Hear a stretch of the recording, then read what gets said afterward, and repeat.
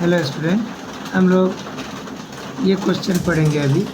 इसको समझना है यहाँ पर। ये वाला जो क्वेश्चन है, ये वाला क्वेश्चन समझ लेना। इससे स्टूडेंट से काजल, बासु, कृति बगल में ही रहती है, उससे समझ लेना। हाँ, नहीं तो ये लोग से। नेक्स्ट क्वेश्चन ये, what are the different ways in which glucose is oxidized to provide energy in various organism। ये जो ग्लूकोज है ना, ये डाइजेस्टेड फूड है। हाँ, न्यूट्रिशन इन ह्यूमन बींग्स, ये तुम पढ़ा होगा। हाँ, ग्लूकोज जो है डाइजेस्टेड फूड है, ठीक है। ये ग्लूकोज तुम्हारा ऑक्सीजन से रिएक्शन करके एनर्जी प्रोड्यूस करता है, ठीक है। तो ये ग्लूकोज कहाँ पर जमा रहता है? सेल के अंदर। फिर सेल के अंदर ऑक्सीजन आता है, ब्लड ऑक्सीजन को लेके आता है सेल के अंदर। सेल के अंदर पहले से पड़ा हुआ ग्लूकोज के साथ, ग्लूकोज डाइजेस्टेड फूड मॉलिक्यूल है, उसके साथ ऑक्सीजन का केमिकल रिएक्शन होता है। और इस रिएक्शन का स्पेशल नाम है सेलुलर रिस्पिरेशन या ओनली रिस्पिरेशन। हाँ, ये जो रिस्पिरेशन से एनर्जी मिलता है, इसको एनर्जी मिलता है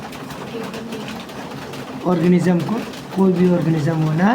तो ये जो रिस्पिरेशन है, ठीक है, जिसमें एनर्जी मिलता है, ये अलग अलग ऑर्गेनिज्म में अलग अलग स्टाइल में होता है। ये 3 स्टाइल, 1 2 3, ठीक है, 1 2 3। तो पहले हम ये नहीं बताकर इधर सीधा बताते हैं। ये देखो, ये वाला क्या लिखा है? ये जो है presence of oxygen, presence of oxygen, इसका मतलब हुआ ग्लूकोज का रिएक्शन।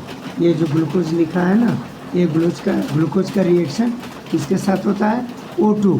O2 माने ऑक्सीजन के साथ। भरपूर ऑक्सीजन रहता है, अवेलेबल ऑक्सीजन बहुत, उसके साथ ग्लूकोज का रिएक्शन होता है, ठीक है। ये सब मल्टी सेलुलर ऑर्गेनिज्म में होता है, उसका सेल के अंदर होता है।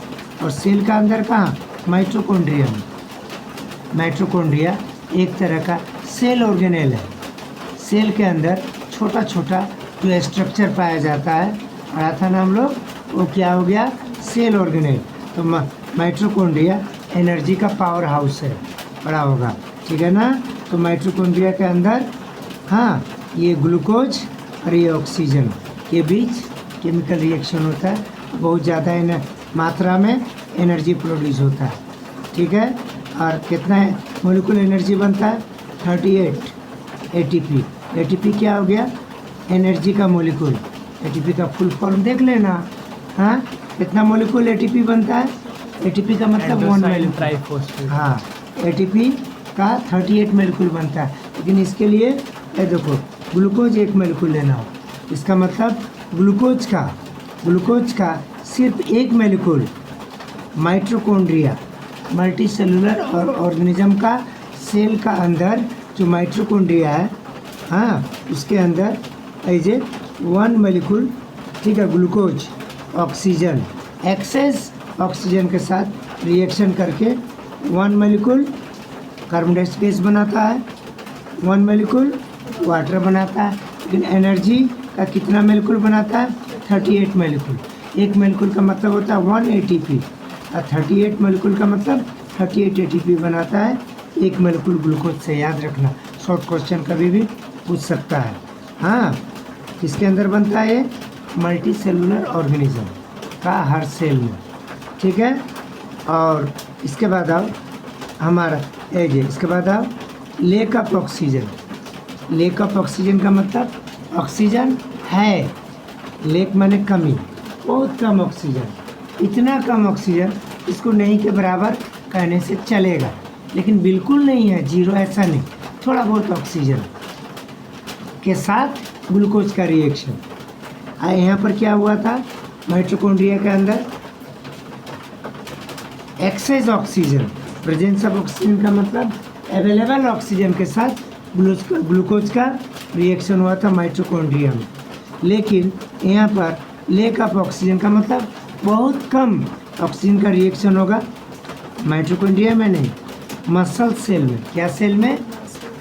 माइटोकॉन्ड्रिया भी तो सेल का अंदर का ही पार्ट है ना। और मसल सेल्स हम लोग का थोड़ा अलग टाइप का सेल है, बताया ना, फूलता भी है पिचकता भी है, ऐसा सेल है ना हम लोग का बॉडी में। मसल्स, और मसल्स मस्कुलर मूवमेंट करता है ना, फैलता है, एक्सपेंड होता है मसल्स और कॉन्ट्रैक्ट होता है। इससे क्या होता है, हमको भरपूर एनर्जी मिल जाता है और हम लोग फिजिकल वर्क डन, फिजिकल दौड़ना, एक्सरसाइज करना, झगड़ा करना ना, ये सब में एक्सेस एनर्जी चाहिए। लेकिन उसके लिए तो मसल्स एक्सपेंड और कॉन्ट्रैक्ट होगा। तुम कभी भी झगड़ा करो तो मैंने तेरा बॉडी का मसल्स एकदम खलबली मचा देगा, एक्सपेंड और कॉन्ट्रैक्ट होगा, होता है या नहीं? या एक्सरसाइज कर रहा है या दौड़ रहा है तो बॉडी का अंदर जहाँ जहाँ मसल्स है वो एक्सपेंड और कॉन्ट्रैक्ट होगा स्पीडली, जल्दी जल्दी। क्या प्रोड्यूस करने के लिए? एनर्जी। लेकिन मसल्स का सेल में ऑक्सीजन का अवेलेबिलिटी बहुत कम होता है। ग्लूकोज तो होता है सेल के अंदर, लेकिन ऑक्सीजन का अवेलेबिलिटी मसल सेल्स के अंदर कम होता है। तो ऑक्सीजन अगर कम है, ग्लूकोज अवेलेबल है लेकिन ऑक्सीजन कम है, तो जब रिएक्शन होगा तो वेरी लेस एनर्जी प्रोड्यूस होगा। इसीलिए हम लोग जब एक्सरसाइज करते हैं या दौड़ते हैं या किसी से पटका पटकी कर रहे हैं, फटाफट स्पीड में पटका पटकी कर रहे हैं, तो देखना हम लोग जल्दी जल्दी ब्रीथिंग करते हैं।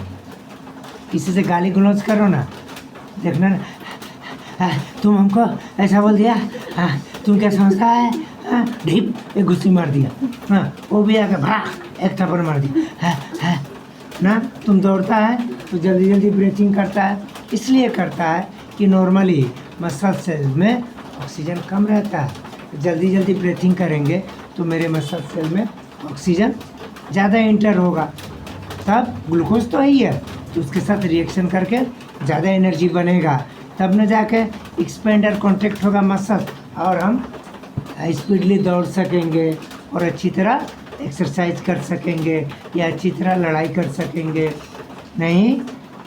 ये इसीलिए उस समय जब ऑक्सीजन का रिएक्शन होता है किसके साथ, लैक ऑफ ऑक्सीजन के साथ, किसका, ग्लूकोज का, तो क्या क्या प्रोडक्ट बनता है?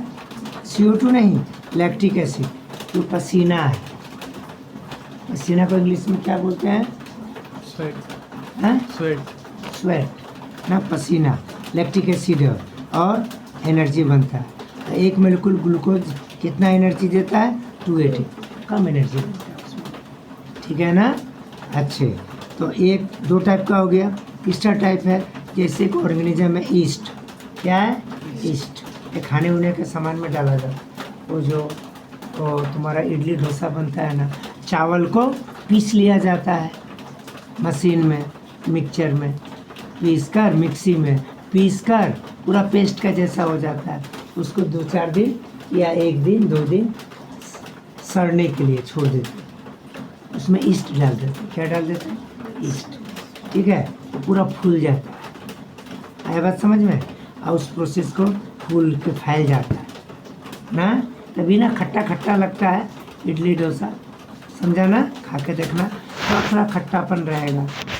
ईस्ट, हाँ, ईस्ट का जो सेल है ना, ईस्ट डाला तुम उसमें, ठीक है, ऑर्गेनिज्म है ईस्ट डाला तुम, तो ईस्ट का सेल में, ईस्ट सेल इन ईस्ट है तो तुम लिख सकता है ईस्ट सेल इन ईस्ट सेल। ईस्ट सेल में ऑक्सीजन एब्सेंस बिल्कुल ही नहीं रहता, बिना ऑक्सीजन का ही, हाँ, वहाँ पर रिस्पिरेशन हो, या ये दोनों हो गया, हाँ, एनारोबिक रिस्पिरेशन। क्या हो गया? क्या कि लेक ऑफ ऑक्सीजन, मैंने इतना कम ऑक्सीजन, हाँ, ऑक्सीजन बाहर से लेना ही पड़ता है, उसमें बहुत कम रहता, ठीक है। तो यहाँ पर बाहर से लेने से भी उतना ऑक्सीजन नहीं मिलता, बहुत कम ऑक्सीजन भाई, हाँ। ये दोनों हो गया एनारोबिक, समझ, ये एकदम प्योर एनारोबिक, ये एनारोबिक जैसा हो। और ये हो गया एरोबिक। क्या हो गया? एरोबिक रिस्पिरेशन, अवेलेबल ऑक्सीजन मिल जाता है, ठीक है ना। इस सेल के अंदर में ऑक्सीजन है ही नहीं, फिर भी क्या होता है पता है? ए देख, यहाँ पर पायरूवेट क्या बनता है? CO2, वाटर और एनर्जी। पायरूवेट ये भी ग्लूकोज के तरह, ग्लूकोज का मॉडिफाइड फॉर्म है, बदला हुआ रूप। जैसे मैं कभी छोटा था और मॉडिफाइड रूप बुढ़ा बन गया। अरे बात समझ में ना? इस तरह ग्लूकोज का मॉडिफाइड रूप पायरूवेट, और पायरूवेट मॉडिफाई होके CO2, वाटर और एनर्जी बनेगा। तो पायरूवेट से CO2 जो बना in the presence of oxygen, pyruvate किस में कन्वर्ट हुआ? CO2, वाटर एंड एनर्जी ना, in the presence of oxygen, and this process is called Krebs cycle. तो कन्वर्जन ऑफ ये कैसे हुआ बाद में, इधर का देखो, तो conversion of pyruvate in the CO2, water and energy in the presence of available oxygen. This process is called Krebs cycle. Krebs नाम का साइंटिस्ट ने पता किया था, ठीक है ना? And the conversion of pyruvate into ethanol, CO2 and energy in the absence of oxygen in yeast cell is called fermentation. Conversion of pyruvate in the lack of oxygen in the muscle cell to produce lactic acid energy. This process का नाम नहीं दिया, ठीक है? इसको ऐसे ये दोनों को ही एनारोबिक रिस्पिरेशन कहेंगे। ये लेक ऑफ ऑक्सीजन माने ऑक्सीजन नहीं के बराबर, यहाँ पर ऑक्सीजन बिल्कुल जीरो, यहाँ पर तो available oxygen. Aerobic, anaerobic, anaerobic. फिर भी देख लेना इसको एनारोबिक कहा गया कि नहीं, कहा जाना चाहिए। इसको तो कहेंगे श्योर एनारोबिक। क्या बोलेंगे इसको? हाँ, ये वाला जो रिस्पिरेशन है, ये क्या लिख देंगे इसको? बोलो तो स्पेलिंग एरोबिक। हाँ, ए एनारोबिक, हाँ ई, ठीक है, ए ने क्या है? AN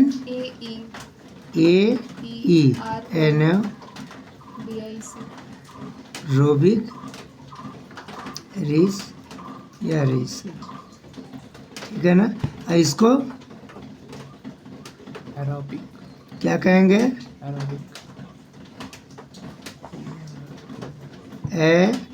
एरोबिक रिस या रिसन।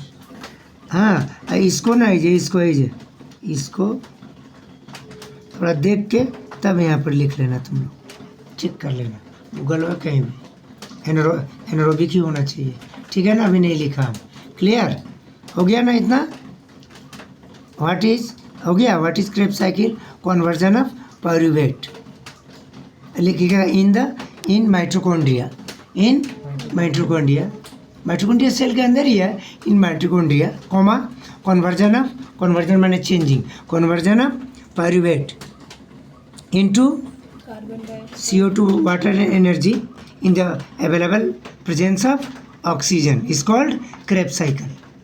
यहाँ पर in yeast cell the comma conversion of pyruvate directly into ethanol CO2 energy in the absence of oxygen in its cell is called fermentation. It is actually anaerobic respiration. Clear? ठीक है ना? ये थोड़ा देख लेना तुम लोग। अब आते हैं, ये 3 टाइप का जो बताया है रिस्पिरेशन, अलग अलग सेल में हुआ ना, लेकिन ये जो प्रोसेस है यहाँ से यहाँ तक, यहाँ से यहाँ तक, यहाँ से यहाँ तक जो है ये बोलते हैं ग्लाइकोलाइसिस। ये प्रोसेस, ये वाला ग्लाइकोलाइसिस इसमें भी होता है, ग्लाइकोलाइसिस इसके लिए भी है, ग्लाइकोलाइसिस इसके लिए भी है। तीनों सेल में ग्लूकोज पहले किस में कन्वर्ट होता है? पायरूवेट, डायरेक्टली, कोई ऑक्सीजन का जरूरत नहीं, directly conversion of glucose, directly conversion of glucose in the pyruvate in cell of any organism, direct conversion of glucose in the cell of any organism, कोई ऑक्सीजन का बात नहीं ना, इन साइटोप्लाज्म में होता है, इज कॉल्ड ग्लाइकोलाइसिस। ये तीनों स्टेप बिना ऑक्सीजन का इसमें भी होता है पहले ग्लाइकोलाइसिस होगा, तब क्या होगा, क्रेब्स साइकिल पहला। और इसमें पहले ग्लाइकोलाइसिस होगा, फिर क्या होगा, ये वाला प्रोसेस यानी एनारोबिक रिस्पिरेशन। और इसमें पहले ग्लाइकोलाइसिस होगा, फिर क्या होगा, anaerobic respiration, that is fermentation ना। अब तुम ये जो मैं बताया यहाँ से पढ़ लेगा, यहाँ 1 2 3 है ना, ये वाला स्टेप तो तीनों के लिए कॉमन है, फर्स्ट टाइम होता है और सेकंड टाइम ये सब होता है ना। ये वाला इंट्रोडक्शन में मिल जाएगा यहाँ पर 1 2 3 है, रोमन नंबर 1 है ये इंट्रोडक्शन में ये वाला बात है, कोई नंबर नहीं है इंट्रोडक्शन में, ठीक है। आई जे 1 2 3 रोमन नंबर 1 2 3 ये जे देख लो, दिखा दो जैसे Roman number 1 Roman number 2 Roman number 3 तीनों मिल जाएगा। इसको लिख लेना, पढ़ लेना, समझ लेना, स्टॉप।